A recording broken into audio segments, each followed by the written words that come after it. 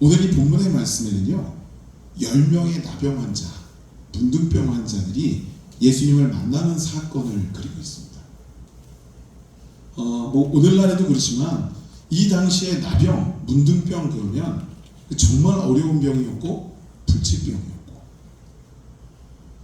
근데 그런 병증이 중요한 게 아니라 이 당시에 이 나병에 걸린 사람들은요 정말 힘들었던 것이 하나 있는데, 그 나병, 문둥병이라는 병증 자체가 신으로부터 저주받은 거다, 신으로부터 버림받은 거다, 이런 의식이 강했다라고 하는 거예요. 그래서 이 당시에 나병에 걸리면 그 사람들은 남녀노소를 불문하고 어떤 민족이냐, 어떤 직급에 있었느냐를 불문하고 그들은 일상에서 격리가 돼서 광야로 내몰렸다는 거예요. 그래서 그 광야에서 그냥 비참하게 인생을 사는 거죠. 오늘 이 본문에 등장하는 10명의 나병 환자요, 사실은 정확한 이들에 대한 정보가 기록되어 있지 않아요. 이들이 남자였는지 여자였는지 나이가 몇 살인지 혹은 어떤 민족이었는지 잘 기록되어 있지 않습니다. 근데 오늘 본문 가운데 자세히 보시면 예수님께서 갈릴리와 사마리아 사이길을 가시다 이들을 만났다라고 그렇게 기록하고 있거든요. 자, 그렇다면 이렇게 유추해 볼 수 있죠. 갈릴리 지역에 살고 있던 유대인들 중에 나병 환자들, 그리고 사마리아 지역에 살고 있던 혼혈 유대족들이나 혹은 이방인들 중에 나병 환자들, 이런 이들이 모두 이 중간지대로 내몰린 거예요. 여기서 격리되어서 살아가고 있는, 그래서 그네들 나름대로의 공동체를 이루고 살아가고 있는 그 모습이었을 것이다 라고 추측해 볼 수 있다는 거죠. 자, 이런 이 나병 환자들 참 힘들었을 거예요. 그 삶 자체가 굉장히 절박했을 거예요. 아니, 조금 더 자세하게 말씀드리자면 절망적이었을 거예요. 어느 날 돌아보면 손가락 마디마디가 떨어져 나가고, 어느 날 돌아보면 발가락이 딱 잘라져 나가고, 이러는데도 고통을 못 느끼는 거예요. 이게 나병의 병증이에요. 이런 심각한 병증도 굉장히 큰 아픔이겠지만 이들은 가족들로부터도 버림받았고, 그리고 무엇보다도 신으로부터 저주받았다는 의식의 병이었기 때문에 이들은 마지막 보루로 하나님을 향해서 기도하는 것조차 허용되어 있지 않은 그런 이들이었다는 거예요. 그저 광야로 내몰려서 하루하루를 죽지 못해 사는 그 인생을 사는 이들이 바로 이 나병 환자들이었다는 거죠. 근데 그렇게 어렵게 살아가고 힘겹게 살아가던 이 나병 환자들에게 한 줄기 빛과 같은 일이 벌어지는 거예요. 바로 예수 그리스도인 거죠. 예수 그리스도를 만나면 그 병이 고쳐질 수 있다는 겁니다. 그리고 그 예수님이 오늘 이들이 살고 있는, 이들이 머물고 있는 이곳을 지나가시는 거예요. 자, 이 10명의 나병 환자들은 예수님을 만나기 위해 용기를 내서 나아갑니다. 근데 아무리 용기를 냈다 하더라도 이게 여러 가지 두려움의 요소들이 있잖아요. 정상인들 앞에 가면 어떻게 될 것이다 라는 걸 알고 있기 때문에 이 10명의 나병 환자는 예수님 앞으로 막바로 나가지를 못합니다. 그리고 멀찌감치 서서 이 예수님을 쫓는 거예요.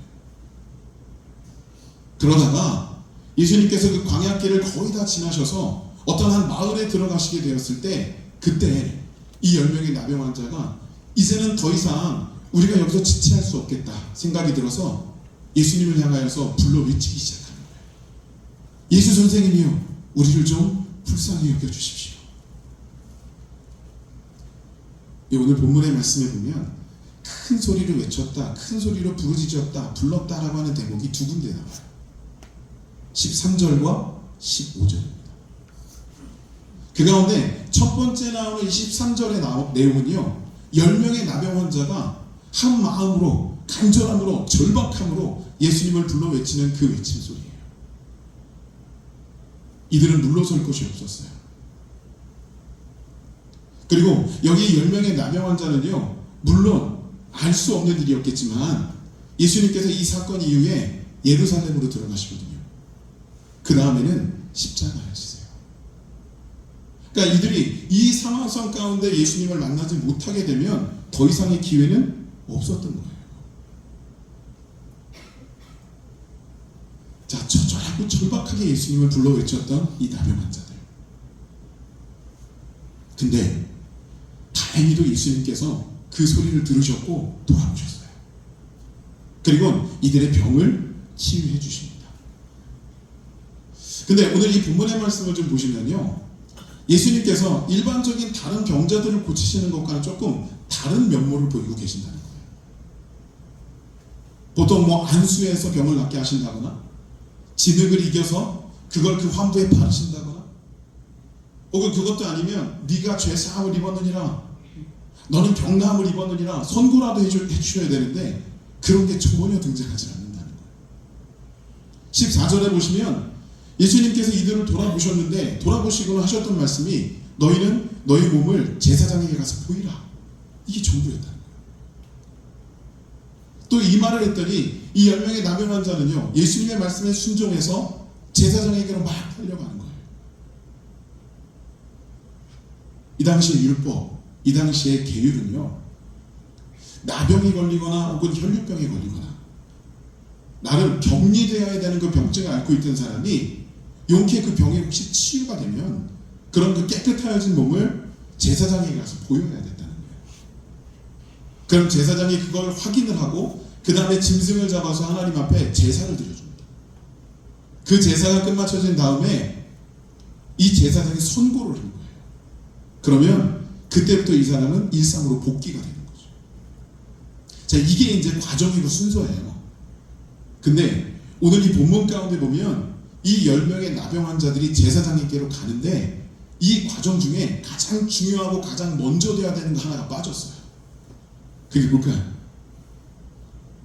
병이 나아야죠. 근데 병이 나았다는 소리가 없다는 거예요. 병이 나았어야 그걸 구실로 이 제사장을 만나러 갈 수 있는 건데 지금 이들은 병이 나은 상태가 아니에요. 14절에 보시면 예수님께서 이들에게 너희 몸을 제사장에게 보이라 라고 말씀하셨을 뿐이에요. 그리고 진짜 그 말씀에 순종해서 가던 중간에 이 병이 나았다는 걸 기록하고 있어요. 그러면 출발할 때는 이 나병이 그대로 있었다는 거예요. 자, 이거 굉장히 위험천만한 일입니다. 나병을 지닌 채로 제사장에게로 간다. 그 당시에 제사장들은 성전에 머물렀겠죠. 근데 그 성전이 저기 저 광야 끄트머리에 덩그러니 하나만 있는 거였을까요? 아니에요. 그 당시의 성전은 예루살렘 성전, 말 그대로 예루살렘 한복판에 놓여져 있는 성전이었다. 그러면 그곳에 있는 그 제사장을 만나기 위해 이 나병 환자들이 달려간다면 가는 중간에 얼마나 많은 사람들과 접촉이 되겠냐는 거예요. 그러면 정상인들은 이 나병 환자들을 보면 어떻게 행동하냐 하면 묻지도 않아요. 그냥 옆에 있는 돌을 들어서 치는 거예요. 10중8구 이들은요, 예수님의 명령대로 행하다가는 가다 죽는 사태가 벌어지게 되는 거죠. 자, 그럼에도 불구하고 순종해서 제사장에게로 달려가던 중간에 이들의 병이 주의 은혜로 깨끗함으로 치유받습니다. 자, 치유됐어요. 근데 그 와중에 또 한 가지 안타까운 사실이 뭐냐면 10명이 모두 분명하게 그 병증이 깨끗하게 치유가 됐는데 10명 중에 9명의 기록이 그 이후부터 나오지를 않는다는 거예요. 왜냐하면 병이 모두 나았는데 그 9명은 병이 낫자마자 자기가 가고자 하는 곳으로, 가야 할 곳으로 다 흩어져서 가버린 거예요. 오직 사마리아 사람이라고 지칭되는 이 한 사람만 자기가 병 나은 곳을 보고는 예수님께로 다시 돌아와요. 그리고 큰 소리로 감사를 외치고 하나님께 영광을 돌립니다. 자, 오늘 본문 가운데 등장하는 이 두 번의 큰 외침 가운데 두 번째가 바로 이 15절에 등장하는 이 사마리아 사람의 감사의 외침이었다는 거예요. 근데 앞전에 13절에 등장했던 이 외침과 15절의 이 외침은 좀 다르잖아요. 그죠? 13절의 외침은 10명의 나병 환자가 모두 한 마음과 한 뜻으로 간절함으로 예수님을 불러 외치는 거였어요. 근데 15절에는요, 9명이 빠진 채로 이 사마리아 사람 한 사람만의 감사의 외침이었다는 거예요. 여러분 이런 거예요. 병 낫기 이전과 병 나은 이후에 사람의 마음이 달라진 거죠. 한결같아야 되는데 그 한결같음이라는 것이 참 힘들고 어려운 거라는 거예요. 여기 사마리아 사람은 돌아왔어요. 돌아와서 예수님께 큰 소리로 감사를 외쳤더니 19절에 보시면 예수님께서 이 사마리아 사람에게 어떤 일을 이루어 주시느냐 하면 이렇게 기록되어 있습니다. 그에게 이르시되 일어나 가라, 내 믿음이 너를 구원하였느니라 하시더라. 아멘. 예수님께서 이 사마리아 사람에게 구원을 선포하셨어요. 근데 구원을 선포하시는 멘트가 어떤 거였냐면 네 믿음이 너를 구원하였다 라고 하는 거예요. 그러면 여기 이 사마리아 사람은 어떤 행동을 했길래 예수님께서 그걸 믿음으로 라고까지 이렇게 말씀하실까? 뭐 대단한 일을 했을까요? 엄청난 거국적인 일을 이룬 걸까요? 아니에요. 여러분, 이 말씀의 기록대로 보자면 이 사마리아 사람은 제사장에게로 가다 병이 나았어요. 병 나은 모습을 보고는 예수님께로 돌아왔고 큰 소리로 감사를 외친 것. 이게 사마리아 사람이 한 전부예요. 근데 예수님께서는 이 일에 대해서 그게 믿음이다. 너의 믿음이 너를 구원하였다. 이렇게 말씀해 주셨다는 거예요. 인간적으로 볼 때는요, 이거 뭐 대단한 거 아닐 수도 있어요. 근데 주께서는 사람이 볼 때 대단치 않은 것이라 할지라도 주님의 거룩한 영적 영역에서 그걸 믿음으로 인정해 주셨다라고 하는 거예요. 사실 17절에 보시면 예수님께서 이렇게 물으시죠. 10명이 다 병이 낫지 않았느냐? 9명은 어디 갔느냐? 이게 10명 다 내가 고쳐줬는데 왜 너만 왔어? 왜 너만 와서 감사하는 거야? 9명 다 가서 감사해야지. 이런 뉘앙스의 이야기가 아닌 거예요. 예수님께서는요, 돌아오지 않은 9명에게도 이 사마리아 사람에게 선포한 이 19절에 나오는 이러한 이 구원을 선포하기를 원하셨고 그 계획을 세우고 계셨다는 거예요. 근데 안타깝게도 이들이 돌아오지 않은 거죠.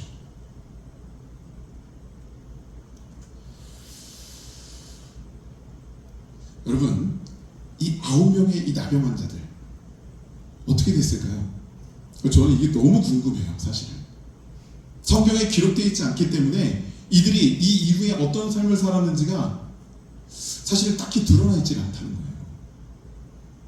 근데 그렇기 때문에 우리는 상상해 볼 수 있고 유추해 볼 수 있겠죠. 어떻게 됐을까? 예수님께로 돌아오지 않았기 때문에 이들은 다시 그 병이 재발했을까요?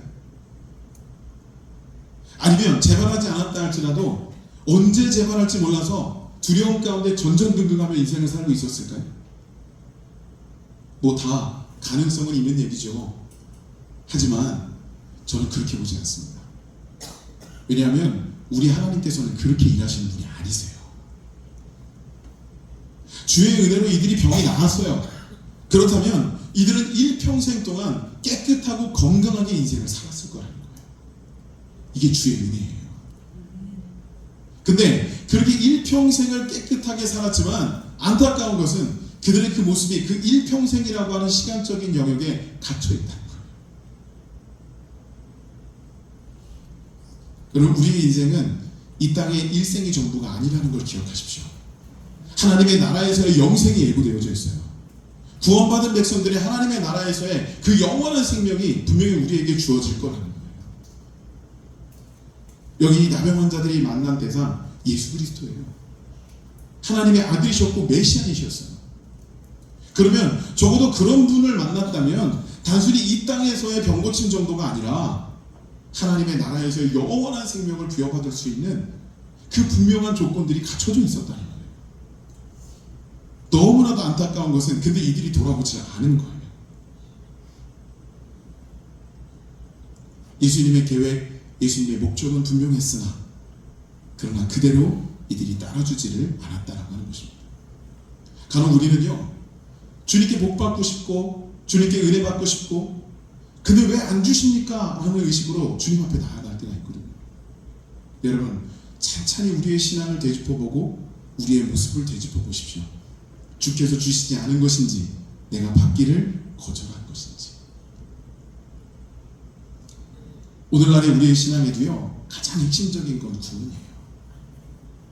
그래서 하나님께서 우리들에게 그 핵심적인 구원을 온전히 이루어 주시기 위해서 수많은 조건들과 수많은 역사들을 이루어 주시죠.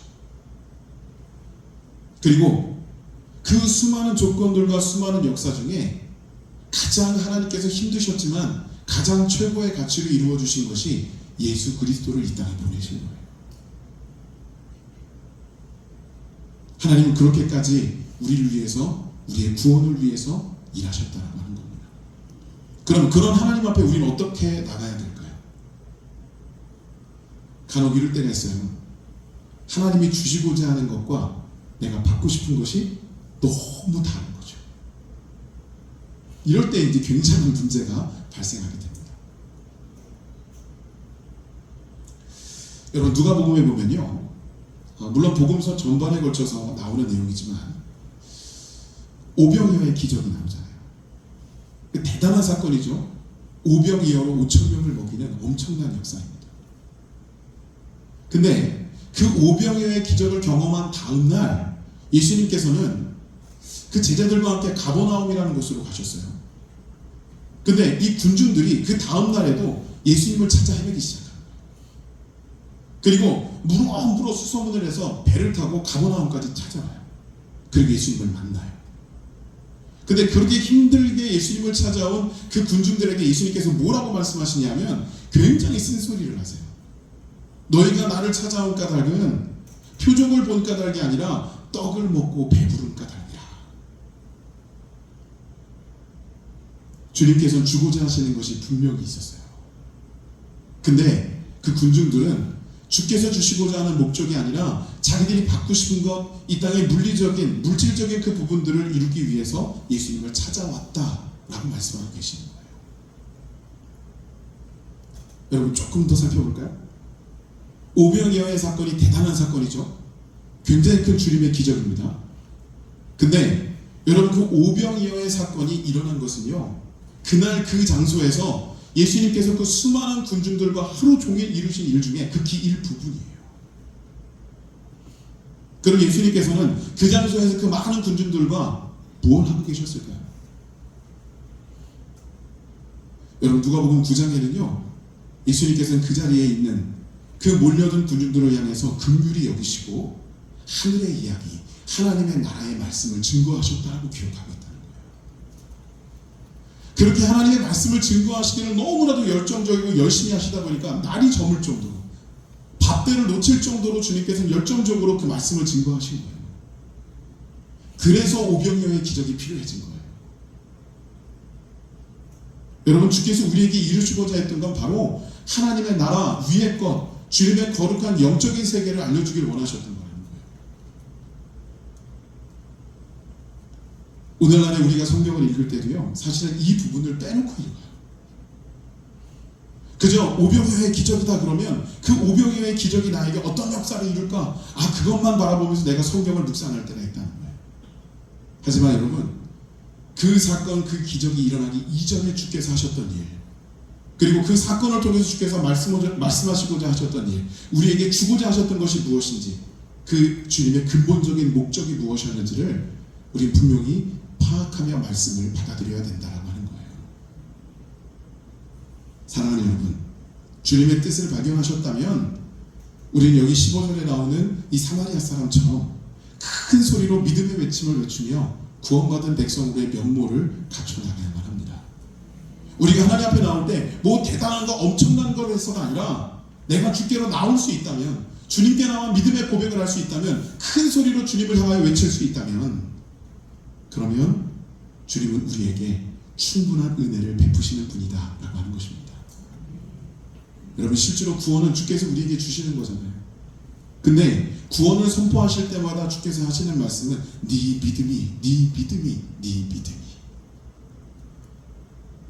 여러분, 우리가 주님 앞에 뭔가를 대단하게 해서가 아니라 우리가 할 수 있는 최상의 것이 믿음이기 때문에 그 믿음을 보이면 그 안에서 하나님께서 이루실 최고의 역사를 이루신다고 분명히 말씀하고 계시는 거예요. 여러분, 오늘 이 시간에 우리가 믿음의 삶으로 나아가는 결단이 이루어지기를 소망합니다. 그리고 참 힘들고 어렵지만 오히려 내게 더 좋은 여건이 벌어지고 더 안전한 그런 여건, 안락한 여건이 벌어지면 주님을 향한 그 믿음의 외침을 외치기가 더 어려울지도 모르겠지만, 그러나 여러분 최선을 다해서 그 믿음의 외침으로 주님께 나아가 진짜 구원받은 백성들 모두가 되시기를 주님의 이름으로 축복합니다. 아멘. 기도하시겠습니다. 하나님 감사합니다. 우리의 부족함과 우리의 연약함, 그리고 우리가 하나님을 제대로 바라보지 못했던 우리의 일상 속에서도 하나님은 여전히 우리와 함께 하시며 우리를 지켜주시며 또 우리에게 은혜를 베풀어 주십니다. 우리가 그 주님의 역사를, 그 주님의 목적을 명확하게 기억하고 우리의 삶 가운데 진정한 믿음의 외침으로 나아가 주님께서 주시는 그 은혜를 마음껏 받아 누리며 또한 세상에 자랑하며 간증할 수 있는 우리 모두가 될 수 있도록 인도하여 주시옵소서. 하나님께서 우리를 사랑하시는 줄 믿습니다. 우리 또한 하나님을 최선을 다하여 사랑하며 또 그 고백으로 주님께 나아가 온전한 은혜와 축복을 받아 누리는 귀한 우리 영통포의 모든 가족들이 될 수 있기를 간절히 바랍니다. 오늘 이 시간에도 함께 하신 하나님 감사드리며 예수님의 이름으로 기도드렸습니다.